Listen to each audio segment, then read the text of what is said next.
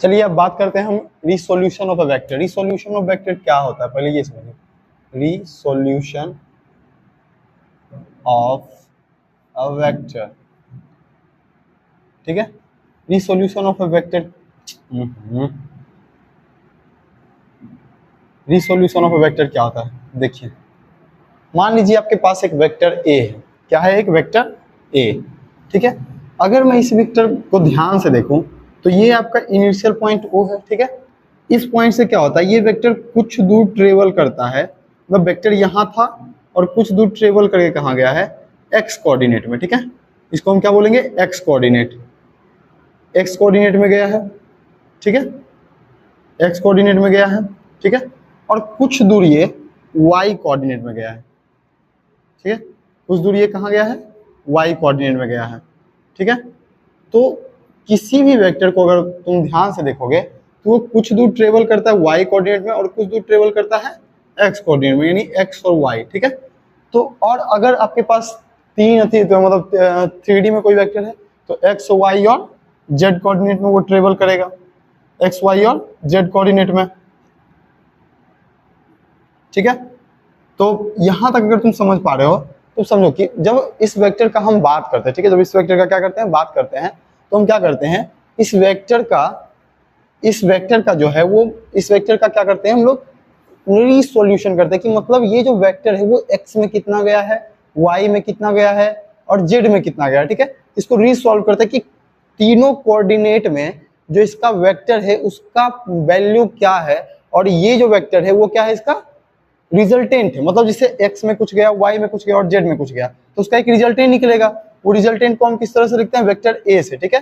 तो अभी आपके पास पहले क्या होता था कि दो वेक्टर आपके पास दिए हुए रहते थे, दो वेक्टर आपके पास दिए हुए रहते थे और उसके बीच का एंगल होता था थीटा, और उसको हम क्या करते थे, सॉल्व करके निकालते थे कि इस मतलब इस कोऑर्डिनेट में ये जो मतलब आपका जो वेक्टर है वो वेक्टर किस तरीके से वर्क कर रहा है और या क्या आंसर इसका आ रहा है, ठीक है। मतलब ये वेक्टर जो है वो किस तरीके से वर्क कर रहा है और इसका जो रिजल्टेंट है वो कहाँ आ रहा है, ठीक है। और जो अब की बार जो वेक्टर है वो क्या है, एक आपके पास सिंगल वेक्टर दिया हुआ है, ठीक है, एक सिंगल वेक्टर दिया हुआ है जो कि कुछ एक्स कोऑर्डिनेट में है, कुछ वाई कोऑर्डिनेट में और कुछ जेड कोऑर्डिनेट में। तो तीनों कोऑर्डिनेट में इसका क्या वैल्यू है इसके बारे में हम क्या करेंगे, पढ़ेंगे, ठीक है।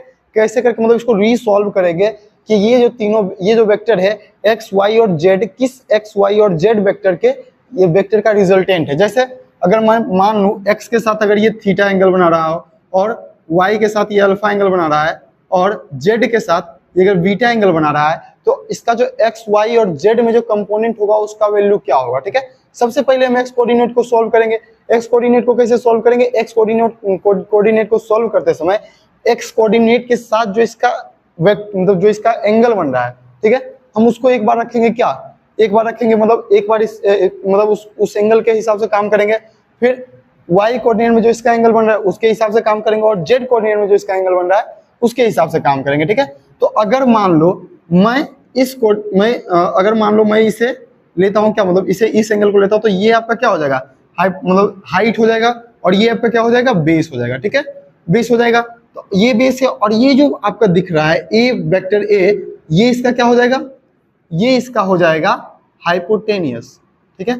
ये आपका बेस हो जाएगा, ये क्या हो जाएगा, हाइपोटेनियस। और अगर मैं बेस और हाइपोटेनियस का बात करूं, अगर बेस और हाइपोटेनियस का बात करूं तो उसका रिलेशन जो होता है वो किस चीज में होता है, कोस थीटा में। किस चीज में होता है, कोस थीटा में, ठीक है।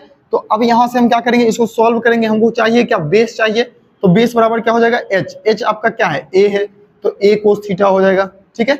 और अगर ये इसका क्या निकला है, सिर्फ मैग्नीट्यूड निकला है। और मैं पीछे बता चुका हूं आपको कि अगर हम बात करते हैं कि एक्स कोऑर्डिनेट में किसी वेक्टर का, तो उसमें जो उसका डायरेक्शन होता है उसे हम आई कैप यूनिट वेक्टर से क्या करते हैं, शो करते हैं। किसे शो करते हैं, आई कैप से, ठीक है। तो यहां से आपका बी वेक्टर जो निकल गया है वो क्या निकला है, क्या निकला है, ए कोस थीटा आई कैप, ठीक है, ए कोस थीटा आई कैप, ठीक है। या फिर इसका वैल्यू जो है वो क्या है, एक्स कोऑर्डिनेट में x cos theta i cap है, ओके।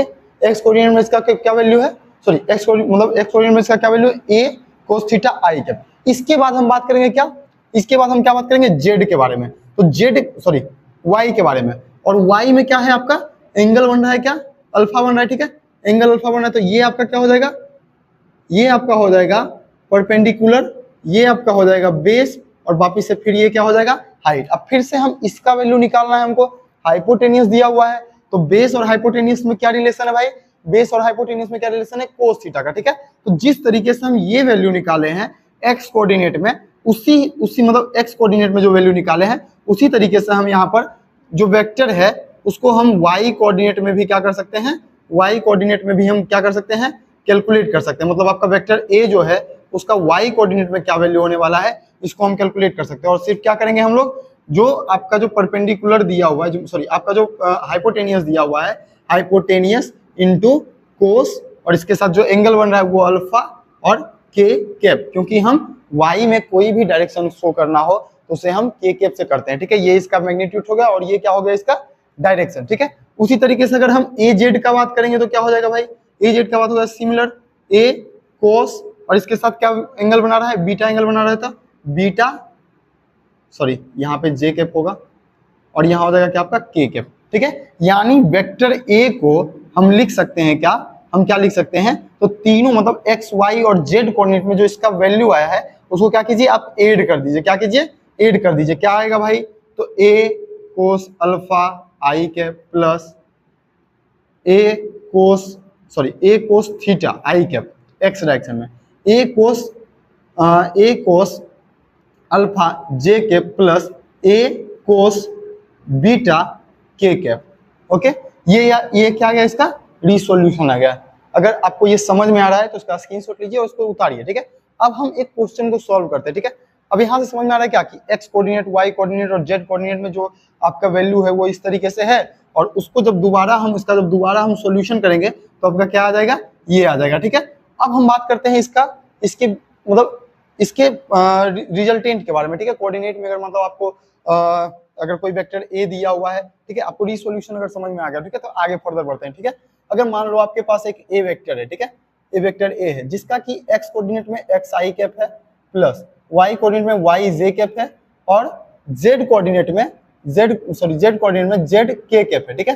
तो इसका जो मैग्नीट्यूड ऑफ वेक्टर ए जो होगा उसको हम किस तरीके से लिखेंगे, ठीक है, उसको हम किस तरीके से लिखेंगे, तो मैग्नीट्यूड ऑफ वेक्टर क्या होगा, मैग्नीट्यूड ऑफ वेक्टर को हम सीधा करेंगे क्या, x square plus y square plus z square का रूट, हम इस तरीके से इसका क्या करते हैं, मैग्नीट्यूड लिखते हैं।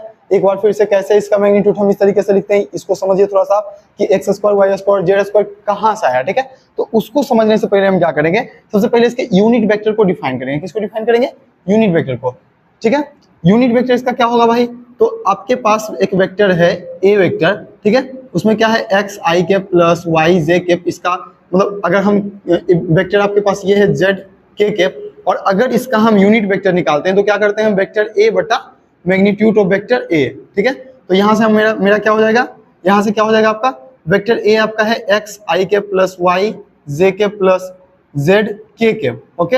और इसका मैग्नीट्यूड क्या है, मैग्नीट्यूड आपका है x square plus y square plus z square, और इसका मूड मतलब किसी भी रूट का जब हम वैल्यू निकालते हैं तो उसका प्लस और माइनस दोनों में वैल्यू आता है, लेकिन मैग्नीट्यूड को हम कभी भी माइनस में नहीं लिखते, इसलिए हम क्या किए यहाँ पे मोड लगा दिए, ठीक है। ये आपका क्या हो गया, किसी कोऑर्डिनेट, अगर किसी कोऑर्डिनेट का बात करें तो उस कोऑर्डिनेट में आपका मतलब एक यूनिट वेक्टर आ गया, ठीक है। मतलब जिससे अगर आपके पास ये वेक्टर ए था तो इसका यूनिट वेक्टर क्या होगा, तो कोऑर्डिनेट के हिसाब से इसका यूनिट वेक्टर ये होगा, ठीक है।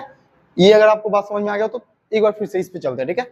A square y square x square y square z square कहाँ से आया, समझिए बात को थोड़ा समझिए कि किस तरीके से आया है, ठीक है। अगर हम बात करें इस दोनों बात का, ठीक है, ये दोनों को ऐड करने का बात करें, ठीक है, तो इसको हम किस तरीके से ऐड करेंगे भाई, किस तरीके से ऐड करेंगे, हम करेंगे क्या, एक्स का स्क्वायर प्लस वाई का square plus two x y cos theta, ठीक है। आपका कोस थीटा क्या है, आपका 90 डिग्री है, तो अगर हम यहाँ से 90 डिग्री रखें तो इसका वैल्यू हो जाता है 0 और इसका ओवरऑल वैल्यू क्या हो जाएगा 0, यानी कि हम दो कोऑर्डिनेट का बात करें तो आपका सिर्फ x square plus y square है, x square plus y square. उसी तरीके से अगर हम इसमें तीसरा कोऑर्डिनेट लेके चले तो इसका स्क्वायर हो जाएगा प्लस आपका हो जाएगा क्या, जेड में आपका जो जेड के कैप है उसका स्क्वायर हो जाएगा, ठीक है। रिजल्टेंट का स्क्वायर, ये आपका एक्स और वाई का रिजल्टेंट है, तो सिर्फ आप इसको क्या कीजिएगा, इसमें ऐड कीजिएगा। इसका रिजल्टेंट का निकालेंगे तो इसका भी स्क्वायर करना पड़ेगा, और x square y square plus मतलब वही 2ab cos थीटा आ जाएगा, ठीक है। तो इस हिसाब से क्या हो जाएगा, वो भी हो जाएगा 0, और आपका सिर्फ यहाँ से क्या बचेगा, जेड स्क्वायर, यानी कि जो जेड बचा है आपका वो, ठीक है। तो आपको अच्छे तरीके से समझ में आ रहा होगा कि हमने ये वैल्यू जो एक्स स्क्वायर वाई स्क्वायर और जेड स्क्वायर है वो कहाँ से फाइंड आउट किया, ठीक है। एक बार फिर से एक्सप्लेन अगर इसको कर दूं, एक बार फिर से एक्सप्लेन कर दूं, तो आप इस तरीके से समझ सकते हैं, इस तरीके से समझ सकता है कि आपके पास एक वेक्टर है एक्स कोऑर्डिनेट में और एक वेक्टर है वाई कोऑर्डिनेट में।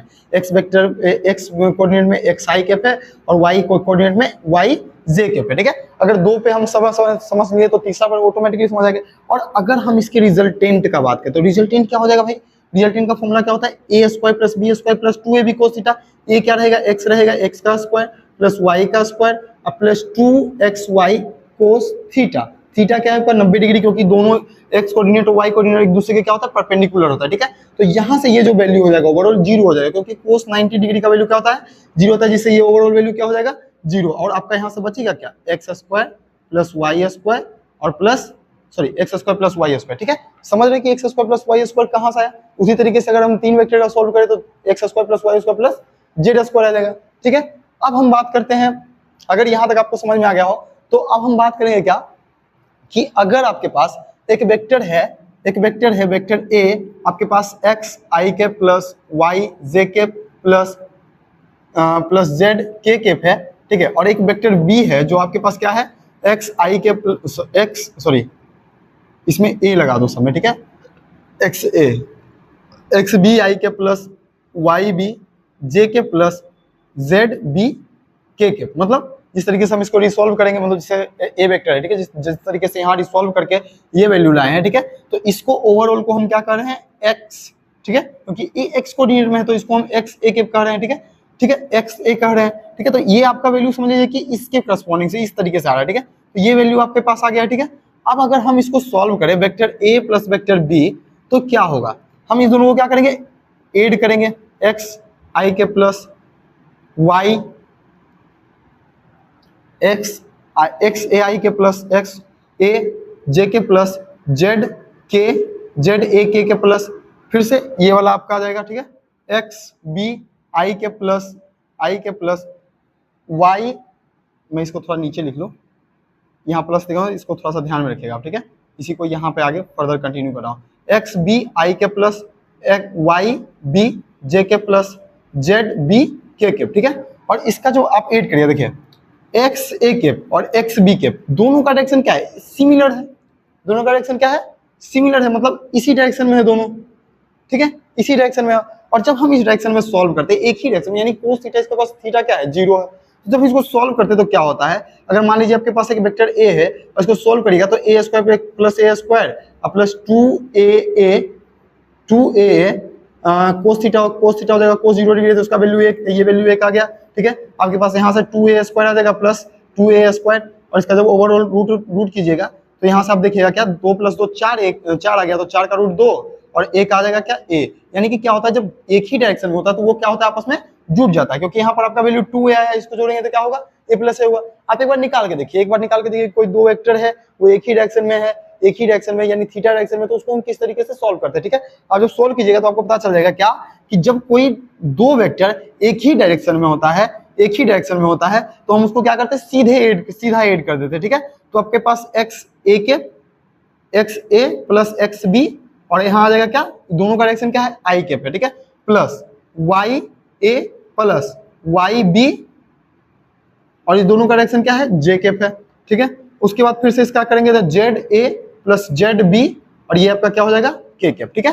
तो हमने कोऑर्डिनेट के हिसाब से भी, मतलब अगर कोई वेक्टर आपका कोऑर्डिनेट में लाई कर रहा है तो उसके लिए भी क्या किए हम यहाँ पर, उसके एडिशन का भी एक फॉर्मूला डिराइव कर चुके हैं, ठीक है। आप अब क्या कीजिए, इसका एक स्क्रीनशॉट लीजिए और रिसोल्यूशन ऑफ वेक्टर, और उसके बाद जो रिसोल्यूशन ऑफ वेक्टर और वेक्टर का रिप्रेजेंटेशन जो हम किए यहाँ पे, ठीक है, यहाँ पर जो रिप्रेजेंटेशन किया कि किस तरीके से इसका मैग्नीट्यूड निकाला जाएगा, एक कोऑर्डिनेट के साथ अगर दिया हुआ तो उसका किस तरीके से मैग्नीट्यूड किया जाएगा, ये दूसरा फॉर्मूला आपके पास हो गया, और ये आपका हो गया तीसरा फॉर्मूला। देखिए इसको नोट कीजिए, और इसको आपने एक शॉर्ट नोट में क्या कीजिए, नोट कर लीजिए, क्या कर लिया कीजिए, हर एक फॉर्मूला जो आप देख रहे हैं उस फॉर्मूला को आप शॉर्ट नोट में मतलब कैप्चर कर लिया कीजिए, क्योंकि देखिए हम जब एग्जाम में बात करेंगे, ठीक है, तो एग्जाम में हमारे पास इतना ज्यादा टाइम नहीं होता कि फॉर्मूला को डिराइव किया जाए, ठीक है। आपके पास डेरिवेशन समझ में आ सकता है, ठीक है, डेरिवेशन समझ में, लेकिन ये स्टैंडर्ड वैल्यू है, याद रहे ना रहे इसकी कोई गारंटी नहीं है, ठीक है। कोई हो सकता है ऐसा व्यक्ति हो जिसको हर वक्त याद रहता हो, लेकिन कई सारे ऐसे बच्चे भी होते हैं जिनको याद नहीं रहता, ठीक है। तो आप क्या कीजिए, इसका एक शॉर्ट नोट बनाइए जिसमें सारे के सारे स्टैंडर्ड वैल्यू जो है, सारे के सारे जो स्टैंडर्ड वैल्यू है, स्टैंडर्ड वैल्यू वो आपका क्या हो, नोटेड हो, वो आपका क्या हो, नोटेड, ठीक है। ये हो गया था 3 कोऑर्डिनेट में। एक बार और बता दूं, देखिए इस जब एक्स और वाई कोऑर्डिनेट में बात करेगा ना गाइस, एक्स और वाई कोऑर्डिनेट में बात करेगा, तो ये आपका थीटा है, ठीक है, ये क्या है आपका अल्फा, ठीक है। तो इसको हम एक तरीके से और लिख सकते हैं, कैसे लिख सकते हैं भाई, तो ये आपका हो जाएगा, अगर ये आपका वेक्टर ए है तो ये तो कोस थीटा हो जाएगा, और ये हो जाएगा कोस अल्फा। अगर मैं इस अल्फा को देखूं, अगर मैं इस अल्फा को देखूं, सॉरी ए, अगर मैं इस अल्फा को देखूं, क्या अल्फा को मैं लिख सकता हूं 90 डिग्री माइनस थीटा? बिल्कुल लिख सकते हैं सर 90 डिग्री माइनस थीटा, तो लिख देंगे 90 डिग्री माइनस थीटा। और अगर इस कोस वाले टर्म का वैल्यू अगर देखना चाहो तो क्या हो जाएगा, ए साइन थीटा आ जाएगा, सॉरी ए साइन थीटा आ जाएगा, ठीक है। तो हम इसी वैल्यू को एक तरीके से और लिख सकते हैं, क्या, ए साइन थीटा, ए साइन थीटा, ठीक है। तो मैंने जो अगर 2 कोऑर्डिनेट का बात करें तो उसके लिए 2 वैल्यू बता दे, एक जो उसके साथ एंगल बन रहा है वो, और एक क्या, एक उसका स्टैंडर्ड वैल्यू ए साइन थीटा, ठीक है। तो इसको भी आपको क्या करना है, नोट कर लेना है, ठीक है, इसको भी क्या करना है, नोट कर लेना। और अगर 2 कोऑर्डिनेट में बात कीजिएगा तो सिंपल सा बात याद रखिएगा, ठीक है। देखिए किस तरीके से, अगर आपका मतलब मान लो कि ये अल्फा एंगल आपके पास दिया हुआ नहीं है, ठीक है, तो उस समय अल्फा एंगल हम निकालने के लिए बैठेंगे भाई, नहीं निकालने के लिए बैठेंगे, हम सीधा सीधा थीटा को लेकर काम करेंगे। क्या काम करेंगे भाई, तो इसके साथ जो इसका वैल्यू है वो ए कोस थीटा आएगा, जिधर एंगल बन रहा है, जिस साइड एंगल बन रहा है, और जिस साइड एंगल नहीं बन रहा है उस साइड आप अगर वैल्यू करिएगा तो उधर आप क्या रखिएगा, साइन थीटा रखिएगा, क्या रखिएगा, साइन थीटा, ठीक है। आपको समझ में आ गया होगा, आप इसका एक स्क्रीनशॉट लीजिए, इसको नोट कीजिए, ठीक है।